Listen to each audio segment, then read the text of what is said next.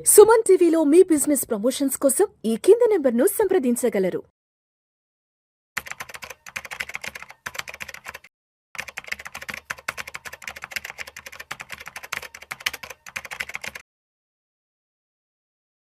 నమస్తే అండి, welcome to Suman TV. నేను విజయకర్ గారు.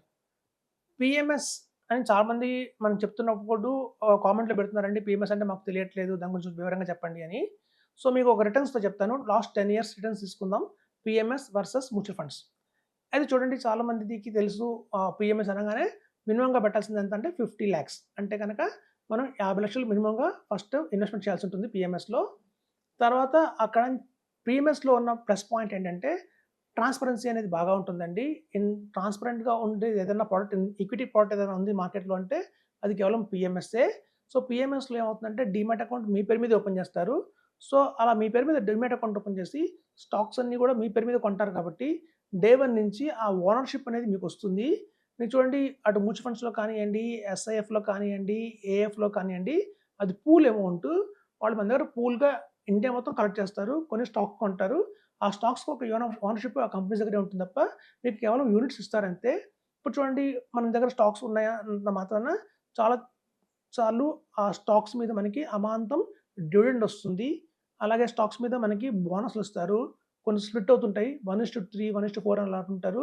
అలాంటి షేర్‌లన్నీ కూడా మనం కనుక మ్యూచువల్ ఫండ్స్ ఫార్మ్‌లో ఉంటే మనకి నిజంగానే అంత బెనిఫిట్ వచ్చిందా? లేకపోతే మధ్యలో ఏదన్నా అవకతవకలు జరిగాయనో చెప్పలేము.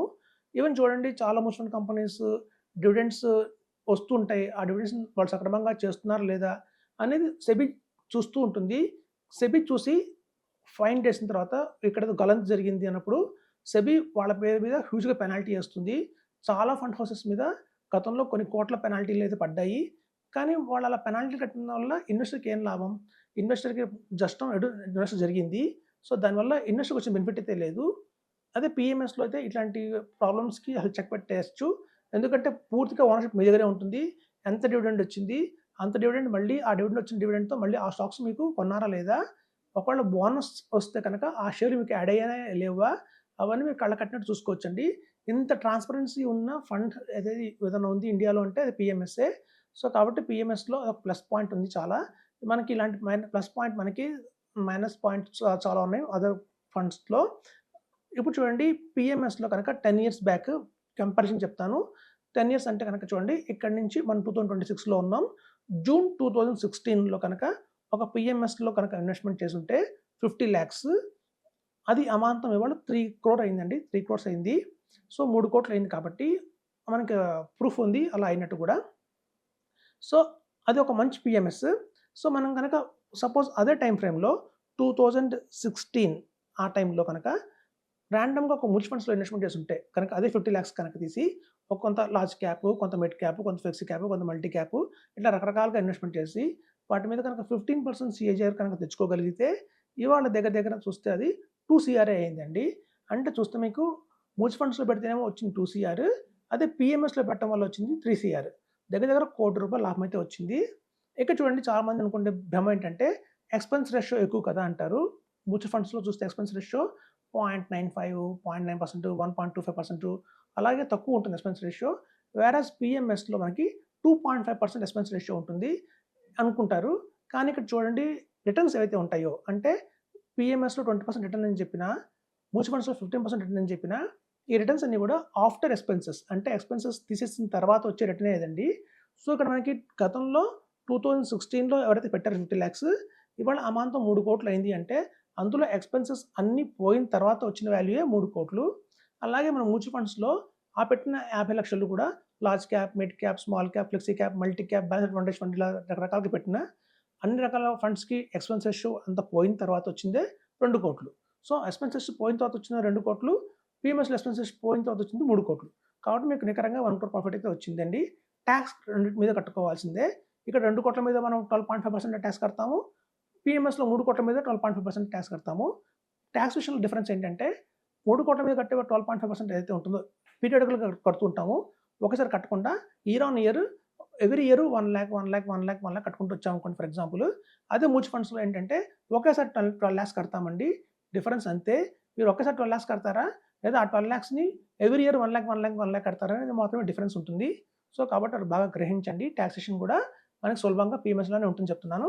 ప్రతిసారి కూడా మనం 1,25,000 ఎగ్జంప్షన్ అనేది ప్రతి ఇయర్ తీసుకోవచ్చు పీఎంఎస్‌లో. కానీ మ్యూచువల్ ఫండ్స్‌లో మనం ఒకేసారి అమ్ముతాం కాబట్టి లాస్ట్‌లో అప్పుడు ఒకసారి ఇయర్‌కి మాత్రం 1,25,000 ప్రాఫిట్ అనేది ఎగ్జంప్షన్ అనేది వస్తుంది. సో, అలా చూస్తే కూడా టాక్సేషన్ పరంగా పీఎంఎస్ బెటర్ అని చెప్పొచ్చు.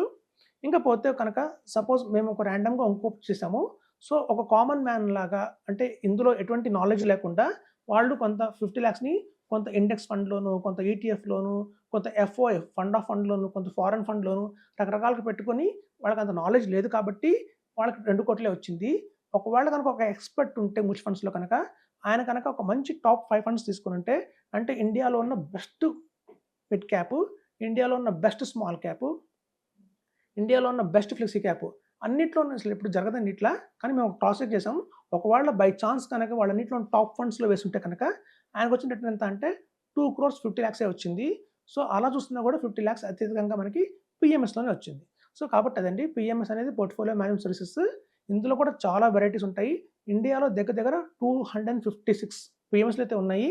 సో, అందులో కూడా మా రోల్ ఏంటంటే ఫిల్టర్ చేసేసి బెస్ట్ ఆఫ్ బెస్ట్ ఒక 10 తీసుకుంటాం పీఎంఎస్‌లు.